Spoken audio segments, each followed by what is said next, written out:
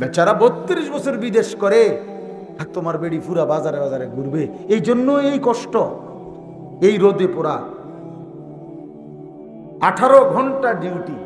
জানেন না প্রবাসের কি পরিমাণ কষ্ট করে, কি পরিমাণ বুকটা মাটিতে লেগে যায় টাকাটা হাতে আসতে। একটা ঘন্টা ফাঁকি দিতে পারে না, 10টা মিনিট কোনো ফাঁকি দেওয়ার সিস্টেম নেই। আমি যে দূর দেখছি সৌদি আরবে এই হজ উমরায়, তো প্রতি বছরই গেলে মানুষ আমাদের প্রবাসীদেরকে দেখি, অনেক প্রবাসীদের রোমে বাসায় বয়ান করতে যাই, দেখি তাদেরকে, ওরা খোঁজখবর নেয় কি কষ্টটা করে, কি কষ্ট। 18 ঘন্টা ডিউটি, 16 ঘন্টা ডিউটি, 12 ঘন্টা ডিউটি, 12 ঘন্টার দিছে তো নাই। এত কষ্ট, এত রক্ত পানি করা, টাকাটা বাড়িতে পাঠায়, আর এই অপদার্থে সারাটা দিন 2 আঙ্গুলে মোবাইল টিপে ছবি দেখে, উলঙ্গ নাচ দেখে, জিনা ব্যভিচারের দৃশ্য দেখে। হায় আল্লাহ, বেচারার অর্জনটা কথা, বেচারার এই কষ্টের কি অর্থ আছে? ওই বাবার অর্জনটা কি? সে কি পেল তাইলে জীবন? এই জন্য আপনারা প্রত্যেকেই, ছেলেরা তোমাদেরকে বলি, ভাইয়া ভাবা উচিত এটা। আমি প্রতিদিন বলি, এতটুকু যদি আমরা না ভাবি, অভিভাবক যারা আছেন, বাবা মা, আপনারাও ভাবা উচিত যে আমার জীবনের অর্জনটা, আমি যে এই কষ্টটা করলাম। যেমন আমার আব্বা, একটা উদাহরণস্বরূপ বলতেছি, আমার আব্বা ইন্তেকাল করছেন 2015 সালে। তাইলে আমার আব্বা 43 বছর একটা মসজিদে ইমামতি করছে, প্রাইমারি স্কুলে মাস্টারি করছে। এই ছিল আমার আব্বার কর্ম। তা আমরা 5 ভাই 3 বোন। আমার আব্বা ইন্তেকালের আগেই, জীবিত থাকতেই আল্লাহর দয়ায় আমার আব্বা 5 ছেলে, আমরা 5 ছেলেই আলেমে দ্বীন হইছে, 5 জনে। তো 3 বোন আল্লাহর কোরআন শিখছে, দ্বীন শিখছে, পর্দা শিখছে। 5 ভাই 3 বোনের প্রায় 28 থেকে 29 জন সন্তানাদি এখন। এরা একজনও আল্লাহর কোরআন পড়তে পারে না, এমন একজন।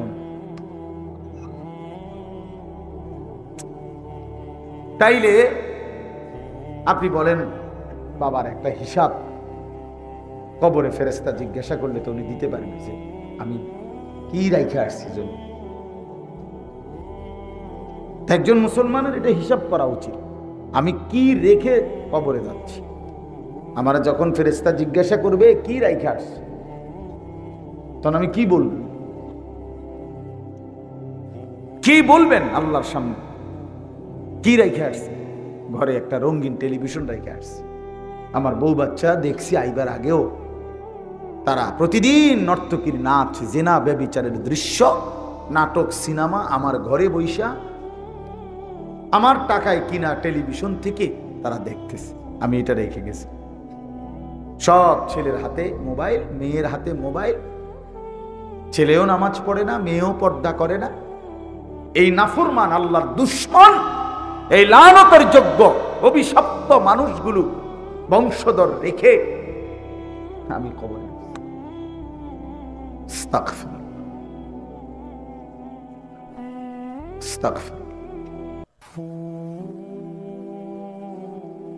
এজন্য ভাইয়া, বাবা, সবাই ভাবা উচিত, আমিও, আপনারাও, আমরা সবাই ভাবা উচিত। কোরআনুল কারীমের মধ্যে আছে ইব্রাহিম আলাইহিস সালামের ব্যাপারে আল্লাহ তাআলা বলেন, ওয়া জাআলাহা কালিমাতান বাকিয়াতান ফি আকিবিহি। ইব্রাহিম আলাইহিস সালাম, আকিব মানে বংশধর। ইব্রাহিম আলাইহিস সালাম তার বংশধরের জন্য কি রেখে গেলেন? আল্লাহ তাআলা বলেন, ইব্রাহিম আলাইহিস সালাম তার বংশধরের জন্য কালিমাতান বাকিয়াতান মানে লা ইলাহা ইল্লাল্লাহ, তাওহীদ তার বংশধরের জন্য রেখে গেলেন। বংশধরের জন্য তাওহীদ রেখে গেছে। আল্লাহর প্রতি ঈমান, সাচ্চা মুমিন, এটা রেখে গেছে। কোরআন শরীফে আছে, আম কুনতুম শুহাদা ইয হাদারা ইয়াকুবাল মাউত ইয ক্বালা লিবানিহি মা তা'বুদুনা মিন বাদি। রব্বুল আলামিন বলেন, স্মরণ করো, শুনে নাও বান্দারা, আমার নবী ইয়াকুব যখন মৃত্যুর মুখোমুখি, মৃত্যু শয্যায়, তখন তার 12 জন সন্তান সকলকে একত্রিত করে ইয়াকুব নবী মৃত্যুর মুহূর্তে বললেন, কোরআনে আল্লাহ বলেন, ইয়াকুব নবী ছেলেদেরকে মৃত্যুর মুহূর্তে বললেন, মা তা'বুদুনা মিন বাদি, সন্তানরা বলো তোমরা আমার পরে কার ইবাদত করবে। এটা জানতে চাইছেন, দলিল না, দুনিয়ার হিসাব না। বলছে বাবারা আমি তো চলে যাব, আমি শুধু শুনতে চাই শেষবারের মতো, আমি যদি দুনিয়াতে নাও থাকি তবুও তোমরা কার গোলামি করবে। ক্বালু না'বুদু ইলাহাকা ওয়া ইলাহা আবাইকা ইব্রাহিম ওয়া ইসমাঈলা ওয়া ইসহাকা ইলাহান ওয়াহিদা। ছেলেরা বলল, বাপ আপনি কোনো চিন্তা করবেন না, আমরা আপনার মৃত্যুর পরেও আপনার যিনি মাহবুদ, আপনার পূর্বপুরুষ ইব্রাহিম, ইসমাইল, ইসহাকের যিনি মাহবুদ, সেই আল্লাহরই বন্দিগি করে যাব।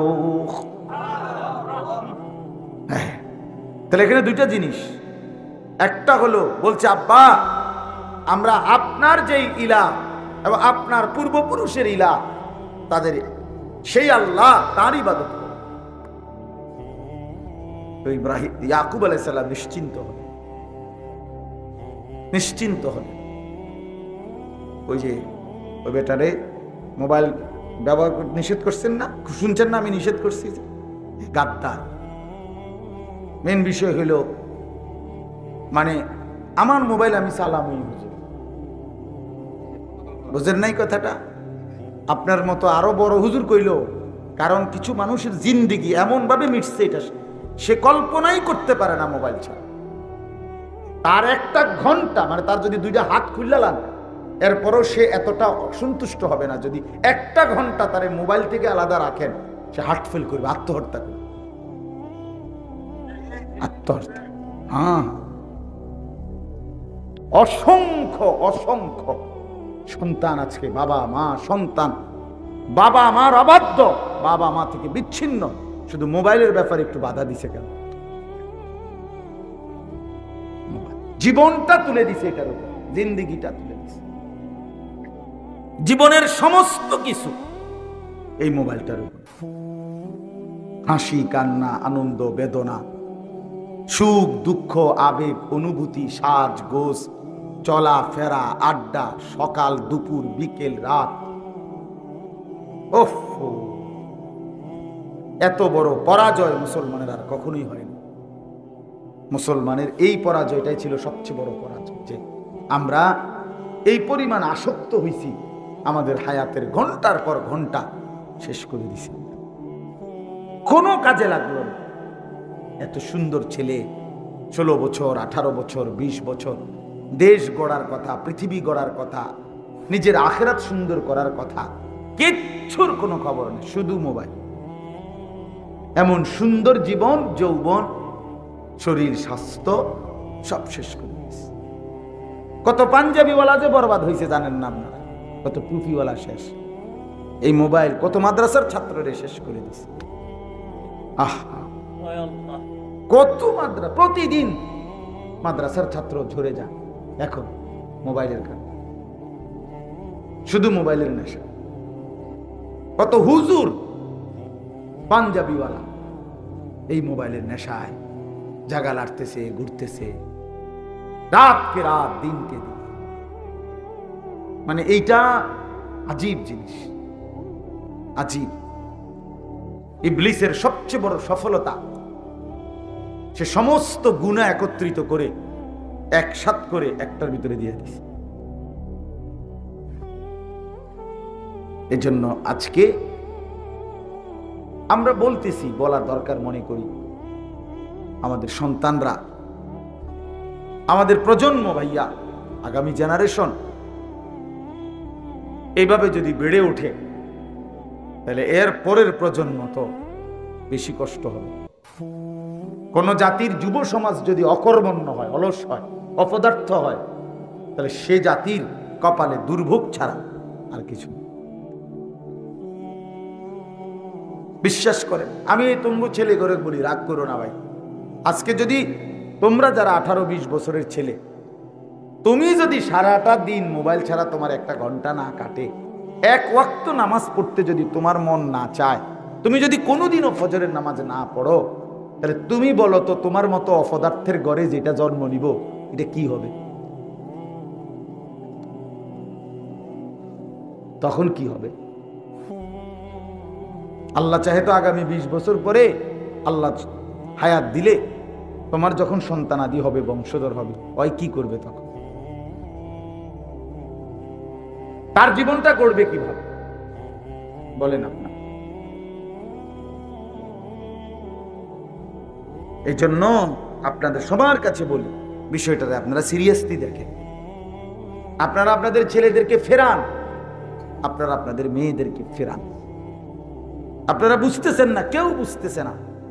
সবাই চোখের সামনে এই পৃথিবীর সবচেয়ে শ্রেষ্ঠ গুরুত্বপূর্ণ সম্পদ যে মানুষ, সে মানুষের পতন, মানুষের ধ্বংস, বরবাদি সবাই যেন তাকায় তাকায় দেখতে। প্রযুক্তি অনেক আধুনিক হইতেছে, মেশিন অনেক, যন্ত্রপাতি অনেক মজবুত হইতেছে, সব কিছু অত্যাধুনিক হইতেছে, কিন্তু মানুষের আখলাক, মানুষের নৈতিকতা নিচের দিকে নামতেছে। বুঝেন নাই আমার কথাটা? যন্ত্রপাতি, মেশিনারি এগুলো তো সব আধুনিক হইতেছে, মানুষের চরিত্র কই? মানুষের নৈতিকতা কোথায়? একটা মুসলমান কেমনে কল্পনা করে যে আমার ছেলেটা এক ওয়াক্ত নামাজও পড়ে না, এরপরও ওই বাপের চোখে ঘুম আসে কেমনে, ওই মা ভাত রান্ধে কেমনে, ওই মা ঘুমায় কেমনে? বলে কিভাবে সম্ভব? এটা কিভাবে কিভাবে সম্ভব? একজন সাহাবীর নাম বলি, হযরত ওয়াসিলা ইবনুল আসকা রাদিয়াল্লাহু তাআলা আনহু। ওয়াসিলা ওনার নাম। এই সাহাবী মিশরে থাকতেন নবীজির ইন্তেকালের পরে।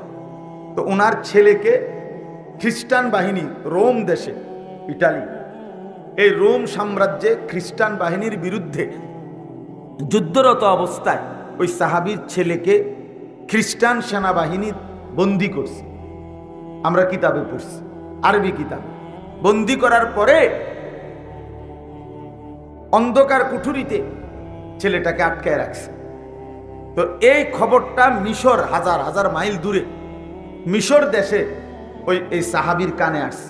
ওয়াসিলা, এই সাহাবীর কাছে খবর আসছে যে আপনার ছেলে, আপনার সন্তানকে খ্রিস্টান বাহিনী বন্দী করছে।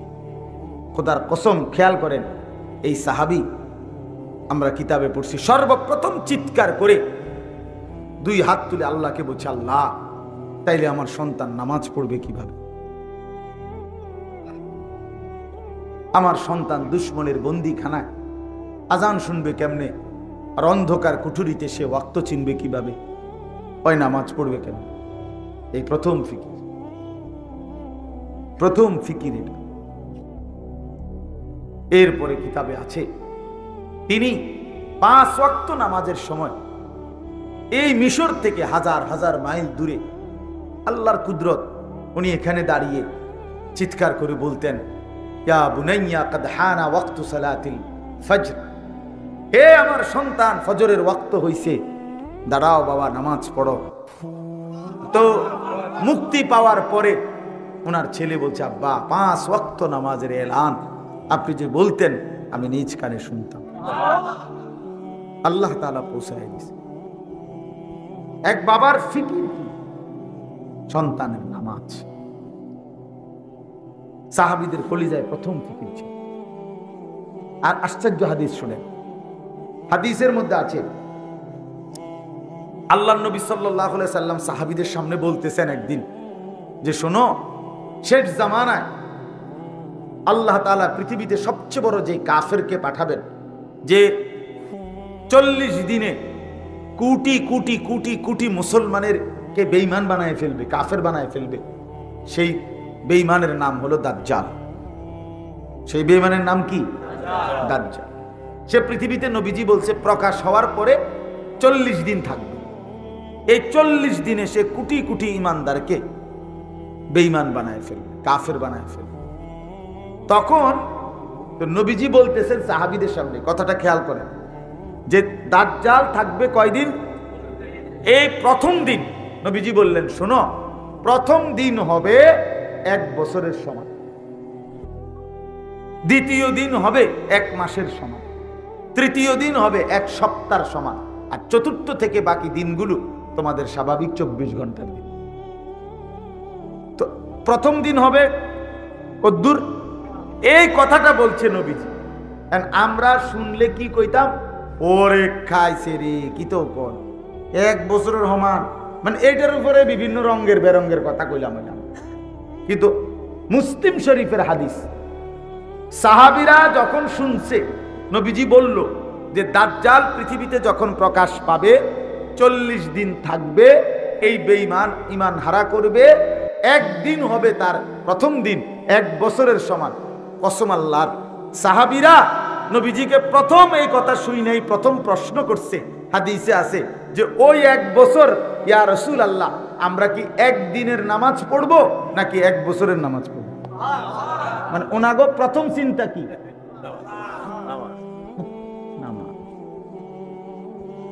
পরে কি হইব না হইব, কেমনে কাটবো 1 বছর, হিতা চিন্তা পরে, আগে হলো নামাজ পড়বো কেমনে। বুঝছেন বিষয়টা?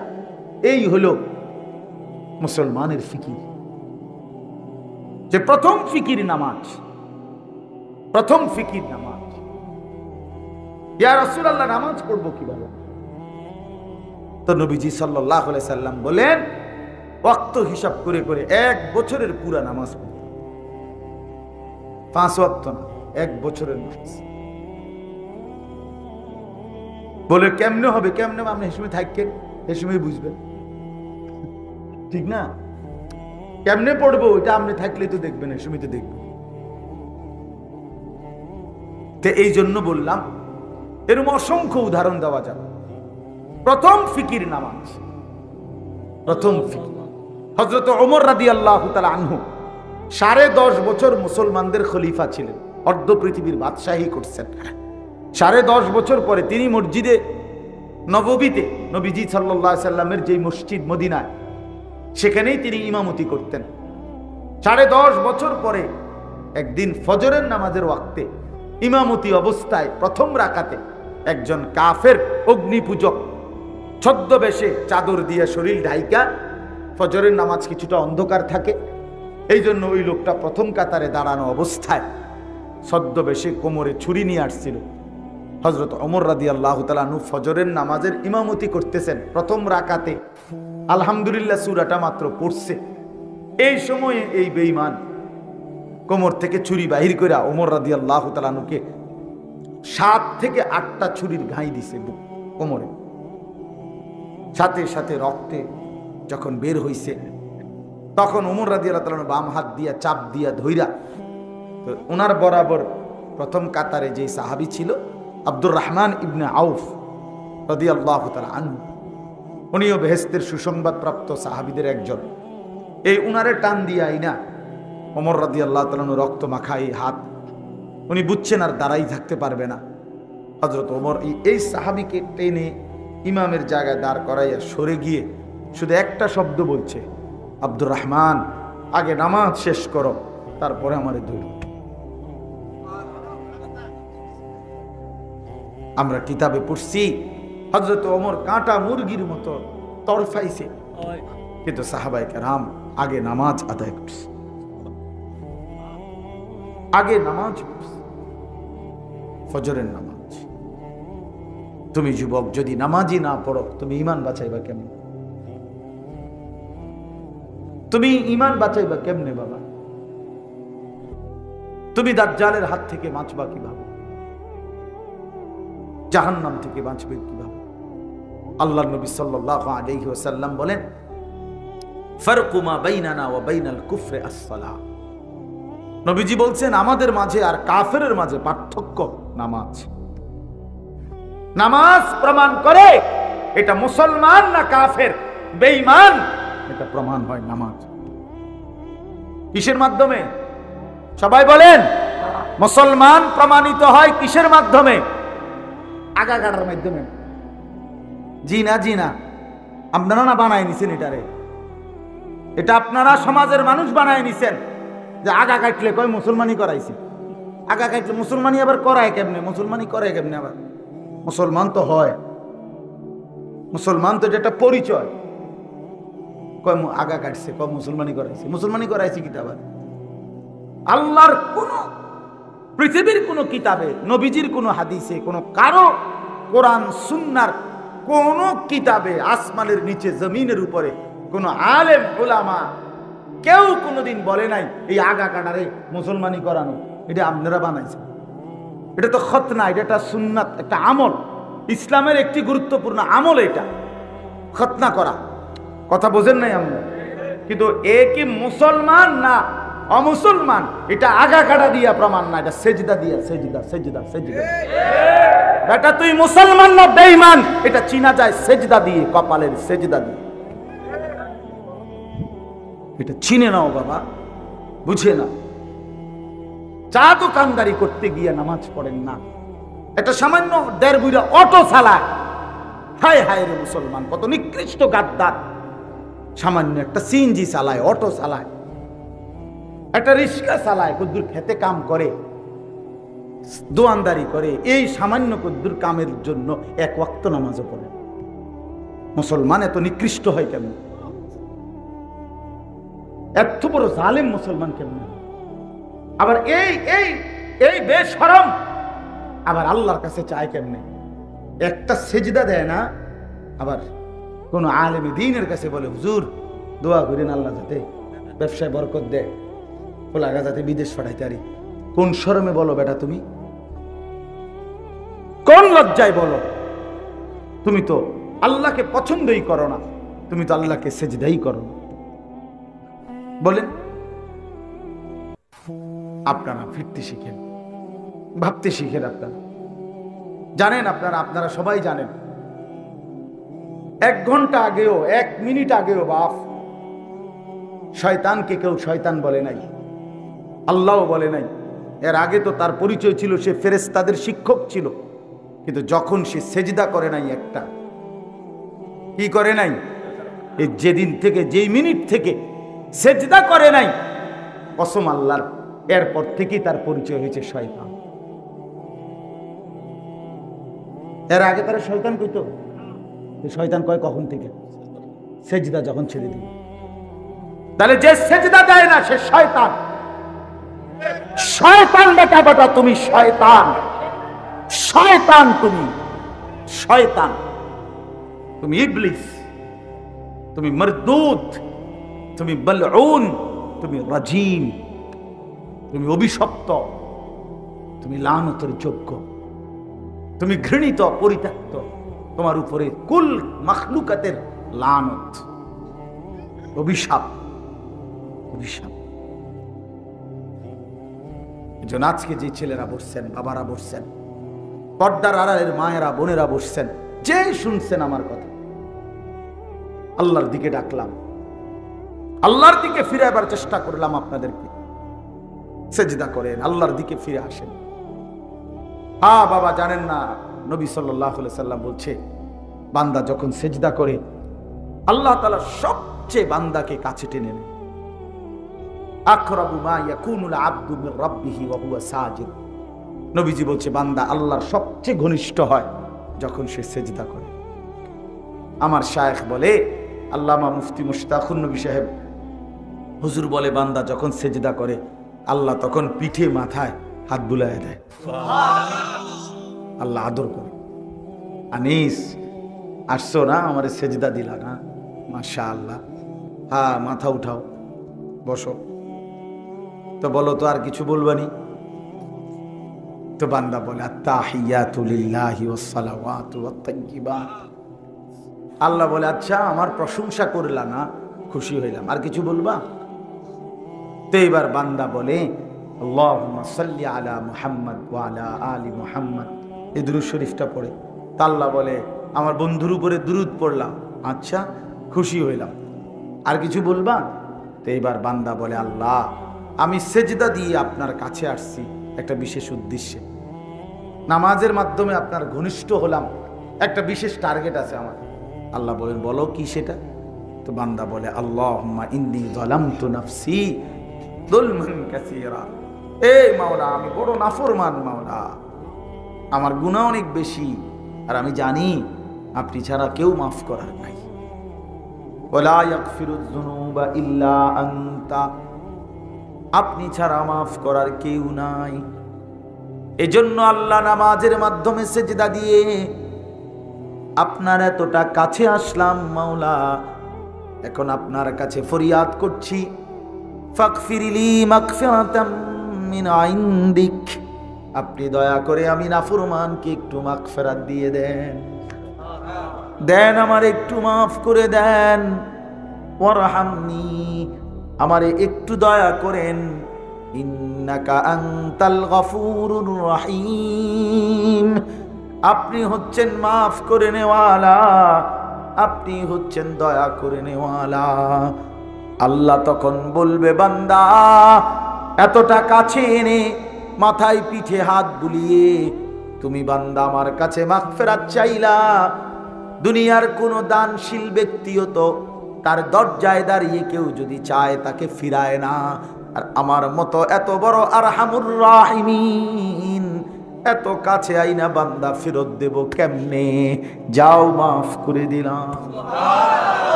মাফ করে দিলাম।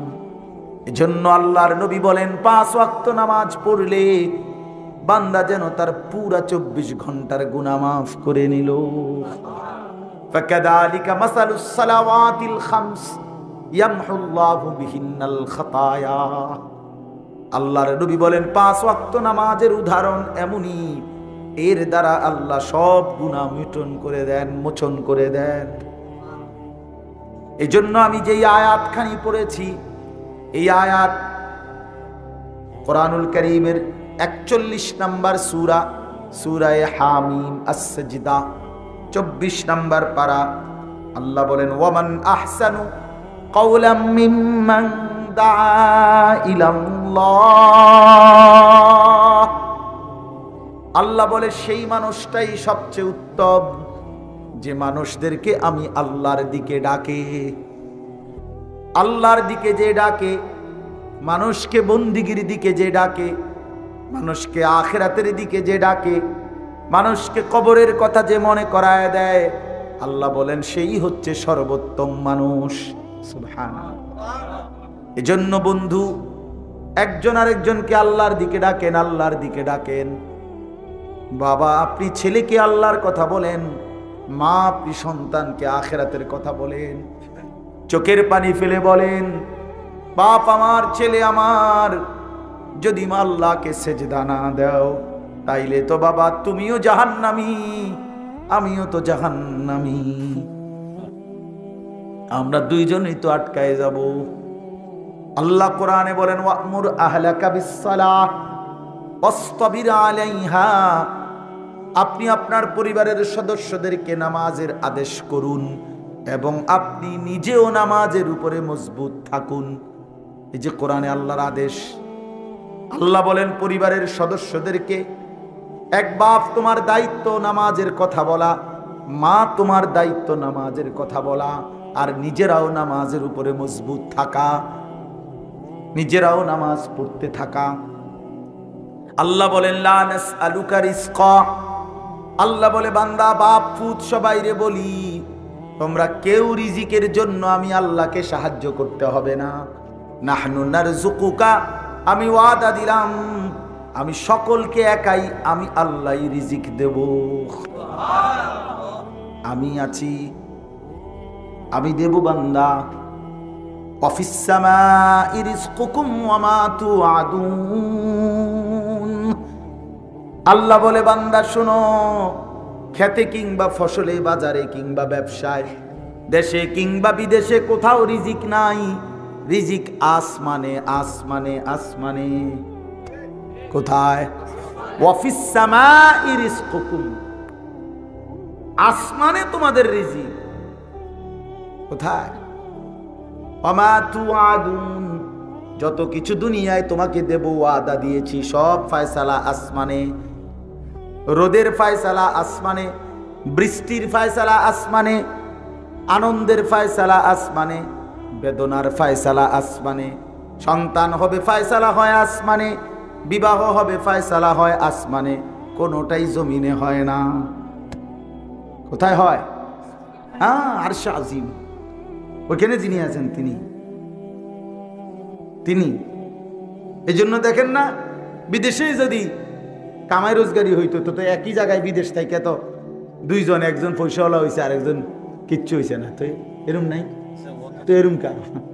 আমার পরিচিত আত্মীয় দুইজন গেছে একসাথে, 16 বছর বিদেশ করে আসছে। একজন বাড়ি গাড়ি করছে অনেক কিছু, আরেকজনে বলছে ভাই বিশ্বাস করো ফ্যান যেটা পিন্দাইছি এটা আরেকজনের তে হাওলাত করে আসছে। এমন হলো কেন? এমন হলো কেন? তাহলে বোঝা গেল রিজিক কোথায়? বিদেশে। কোথায়? একই স্ট্যান্ডে সিএনজি চালায়, রাইতে হলে সবার ইনকাম বরাবর হয় না। এক বাজারেই মুদি দোকানদার, এক বাজারেই চা দোকানদার, কিন্তু সবার ইনকাম বরাবর। একমার ফুট দুজন, মা দুজনের একেবারে কলজা দিয়ে দোয়া করছে, দুজনের হাত বুলাই দিছে, মায়ের দোয়া দুজনেই পাইছে, কিন্তু একজন কোটিপতি আর একজন ফকির। কথা বলেন না কেন? তো এরু বইল কা, মা তো দুজনের দোয়া করে দিছে। বললো তো ফয়সালা কোথায়? এই জন্য চলেন আমরা আল্লাহর দিকে ফিরি, একজন আরেকজন আল্লাহর দিকে ফিরাই। বাবা ছেলেকে বলেন, ছেলেরা তোমরা তোমার ভাইকে বলো, বন্ধুকে বলো, তুমি তোমার বোনকে বলো, নিজের মানুষকে আল্লাহর দিকে ফেরাও। কেউ কাউরে নষ্ট করে দিও না বাপ। মোবাইলের ছবি দেখাইলা তো তুমি তো তারে নষ্ট করে দিও, উলঙ্গ ছবি দেখাইলা ভাইয়া তো তুমি তারে নষ্ট করে দিও। মদের আড্ডায়, জুয়ার আড্ডায়, জিনার আড্ডায়, ব্যভিচারের আড্ডায়, নারীর আড্ডায় তুমি যেই ছেলেটাকে নিয়ে গেলা তুমি তো তারে জাহান্নামের পথ ধরায় দিলে। এরপরে যত অপরাধ করবে খোদার কসম তোমার আমল নামার মধ্যে সম পরিমাণ গুনাহ তোমার আমল নামা তো জমা। যে প্রথম কাউকে বিড়ি খানা শিখাইছে ওই নাফরমান, যতদিন ওই লোক বিড়ি খাবে ততদিন এই লোকের আমল নামা তো গুনাহ হবে। যে প্রথম কাউকে জুয়ার আড্ডা, মদের আড্ডায় দেখাইছে, তো এরপরে যতদিন এই জুয়া খেলবে ততদিন খোদার কসম এই যে প্রথম শুরু করায় দিছে, দেখাই দিছে, চিনাই দিছে, এই নাফরমানের আমল নামাতে সম পরিমাণ গুনাহ আসবে। আবার যে কাউকে আল্লাহর পথ দেখাইছে, আখিরাতের রাস্তা দেখাইছে, তো সে যতদিন আমল করবে ততদিন এই লোক ওই ব্যক্তির আমলের সম পরিমাণ নেকি পাইতে থাকে। এই যে দাওয়াত ও তাবলীগের সাথীরা মানুষকে আল্লাহর দিকে ডাকে, এরপরে যে মানুষগুলো আল্লাহর রাস্তায় বের হয় এদের যত বন্দিগি করে সব ওই যারা দাওয়াত দিল, ডাকলো, কাস্ত করলো, তারে ফিরাইলো, তারে চিনাইলো, তারে আল্লাহর রাস্তা আবার বের করে দিল, তো এই ব্যক্তিদের আমল নামায় ওদের প্রত্যেকের আমলের সওয়াবের সমপরিমাণ নেকি লেখা হয়। আমি কিছুদিন আগে এই গত আগস্ট মাসে 40 দিন সফর করছি, দাওয়াত তাবলীগের সফর, টানা 40 দিন এক চিল্লা ছিলাম। এই আসছি এই সেপ্টেম্বর মাসের 9 তারিখ উত্তরবঙ্গ থেকে দিনাজপুর জেলায় ছিলাম, 26 জন সাথী নিয়ে। 16 জন আমার সাথে আলেম ছিল জামাতে, 3 জন বড় ডাক্তার ছিল, 10টা উপজেলায় 40 দিন আমরা মেহনত করছি টানা, রাতে 1টা 2টা পর্যন্ত। আলহামদুলিল্লাহ আমরা যখন কাকরাইলে চিল্লা শেষে 40 দিন পরে আমরা আসছি, শেষের 3 দিন আমরা জামাত পাঠাইছি। এই 10 উপজেলা থেকে আল্লাহর দয়ায় আল্লাহ করছেন 950 মানুষ, 63টা জামাত আল্লাহর রাস্তায় বের হয়েছে। 950 মানুষ, আলহামদুলিল্লাহ।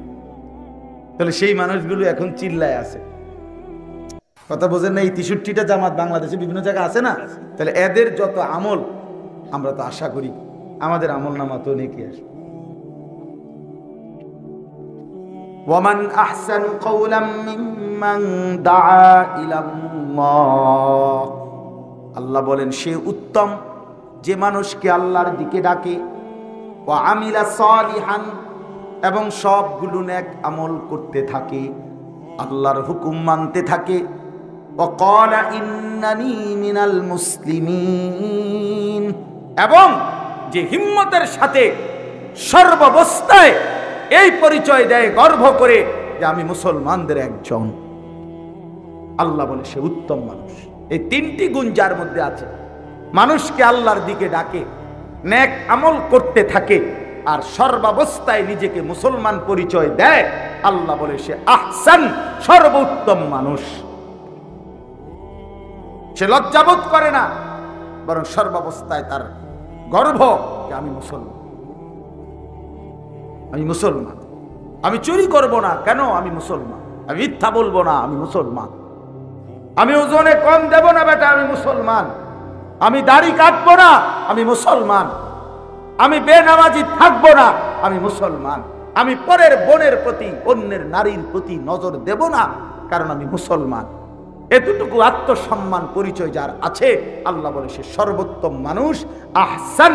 আর আমি আল্লাহ ওয়াদা দিলাম, ওয়ালা নাজজিয়ান্নাহুম আজরাহুম বিআহসানি মা কানু ইয়ামালুন। এমন বান্দাকে আমি আল্লাহ আসরের ময়দানে বিনিময় দেব, সর্বোত্তম বিনিময়, আহসান বিনিময়। আল্লাহ বলে খুশি করে দেব তোরে বান্দা। ফালা তা'লামু নাফসুম মা উখফিয়া লাহুম মিন কুররাতি আ'য়ুন। আল্লাহ বলে বান্দা তোরে এমন সুন্দর জান্নাত দেখাবো, যে জান্নাতের দিকে তাকাইলে তোর চোখ ঠান্ডা হয়ে যাবে, কলজা ঠান্ডা। হ্যাঁ, ছেলেরা বাপ আমরা বেকুব মনে করে না, ওরা যে 5 ওয়াক্ত নামাজ পড়ি, আল্লাহরে ডাকি, বোধাই দেখা বেকুব দেখা। হ্যাঁ, তুমি সালাক, তুমি মানুষের বেডির পিছিয়ে আঁডাও। হ্যাঁ, মোবাইলে সারা রাত উলঙ্গ ছবি দেখা, আর কদ্দুর পর পর চুলেরে ফিরা। বা কি চালাক! আমার মাঝে মাঝে চিন্তা লাগে, মানে এই বেকুবের বাতান দেখে, যে এই বেউকুফ নিজেই বড় করে চুল রাখছে, আবার এটা নিজেই একটু পর পর এটারে ফিরায়। তো তুমি বেউকুফে বোঝো না যে এটা বেশি বড় হয়ে গেছে, এটা যে অসুবিধা তোমার হইতেছে, তো এটা বড় রাখলা কা? আর যদি বলেন আমার অসুবিধা হয় না, তো এটা ফিরাও কা? কথা বোঝেন নাই আপনি? যদি এটা বড় হয়ে থাকে তো এটা বড় রাখলা কেন? আর যদি মনে করো না এটা আমার অসুবিধা নাই, তো এটা এরকম পিছের দিকে ফিরাও কা? কথা বুঝেন না? এইটারে যদি এখন আমরা কেউ একজন, ওই ভাই যদি বা আমি মনে করেন এইটা একবার হাতে নিলাম, থুইলাম, হাতে নিলাম, রাখলাম, এভাবে 10 মিনিট যদি আমি করি, যেই কোনো লোক বলবো এটা কি পাগল ধরে আনছে, ঠিক কিনা? বলবে কি না? আবার আর এরম করে কাটা দিলে এরম শুরু করছে, তো তুমি এর চুলের লই এরম শুরু করলে কা? মাতাল, বেওকুফ। এটা বোঝা উচিত। একজন সুস্থ স্বাভাবিক মানুষ মুসলমান বেগায়রত হয় না বেটা। আমি কেন হেরে যাব কাফেরের কাছে? আমি কেন হেরে যাব বেঈমানের কাছে? একটা সামান্য নাফিত তোমারে পরাজিত করে দিল। তুমি নাফিতের থেকে ডিজাইন নিলা, তুমি একটা খেলোয়াড়ের কাছ থেকে, গায়কের কাছ থেকে, নর্তকীর কাছ থেকে। হায় হায় হায় হায় হায়, মুসলমান এত বড় পরাজয়, পতন আমাদের কেন হলো? আল্লাহ আমাদেরকে বুঝ দান করেন। চলেন এই কথা আমরা প্রত্যেকে ইনশাআল্লাহ একে অপরকে আল্লাহর দিকে ফেরাবো। কার দিকে বলেন না বাবা? কার দিকে? সবাই বক্তা হইতে হবে জরুরি না, সবার জন্য প্যান্ডেল লাগাইতে হবে জরুরি না। আল্লাহ যাকে জবান দিছে, মুসলমান বানাইছে, সে এক শব্দ পারুক আর এক কথা পারুক, তার দায়িত্ব এটা মানুষকে আল্লাহর দিকে ডাকা। কথা বোঝেন নাই আপনি? সবাই বক্তা হওয়া জরুরি না। আপনি এক লাইনে বলবেন ভাই নামাজ পড়ে, বলে হুজুরে কইছি পড়ে না, না না পড়ুক, আপনি কম। সবচেয়ে মজার বিষয় এটা, ওফ দারুণ একটা বিষয় আছে, সেটা হলো কোরআন শরীফে আছে নবীজিকে আল্লাহ, মজার কথাটা শুনেন, নবীজিকে আল্লাহ বলছে ওমা আকসারুন নাসি ওয়ালাউ হারাসতা বিমুমিনিন। হে নবী, আপনি যদি আরো চেষ্টা করেন সবাই ঈমানদার বানাইতে পারতেন, সবাই মুসলমান হইতো না। এখন নবীজি যদি বলে আল্লাহ তাইলে একটা কাজ করেন না, যেটি হইতেই না, এগুলো লিস্টিটা দিয়ে দিলে ভালো ছিল। এখন নামটা দিয়ে দিলে আমারে, আমি এই ডাকাইতে করে আমি আর না কইলাম, যেহেতু এগুলোকে বাদে আমার কদুর এই লিস্টিটা দিয়ে দেন। আল্লাহ তাআলা বলে না বন্ধু, ওমা তাসআলুহুম আলাইহি মিন আজরিন। সুবহানাল্লাহ। মানে হলো বিষয়টার অর্থ এরকম, মনে করেন আমি একটা মাল ফেরি করতেছি, তো আমার হিসাব হইল আমার মাল যদি বেচা হয় তাইলে আমার পুঁজি আসবে, ঠিক কিনা বলেন? আমার যদি মাল না কিনে কেউ, তাহলে আমার পুঁজি আসবে নি? আসবে না। তাহলে আমার মাল যদি গ্রাহক কিনে তাইলে আমার ব্যবসা, মানে আমার পুঁজি আসবে, এই না? কিন্তু আল্লাহ তাআলা বলছে বন্ধু, আপনি মানুষকে আল্লাহর দিকে ডাকবেন, সবাই ইমানদার হবে না তো বললাম, তবে আপনি বলতে থাকেন সবাইকে। কারণ সিস্টেম কোনো এই না যে গ্রহণ করলে আপনার নেকি, না, আমি আল্লাহর ফয়সালাটা এরকম না যে আপনার কথা যদি কেউ শুনে গ্রহণ করে মেনে নেয় তাইলে গিয়ে আপনি নেকি পাইবেন। আল্লাহ বলে না বন্ধু, এইটার সিস্টেম না আমার। আমার সিস্টেম হইল আপনি বলতে থাকবেন, কেউ গ্রহণ করুক না করুক সেটা আমার ফয়সালা, আপনারে যেই নেকি দেওয়ার এটা আমি দিতেই থাকমু, দিতেই থাকমু, দিতেই থাকমু। এইটা হলো মজার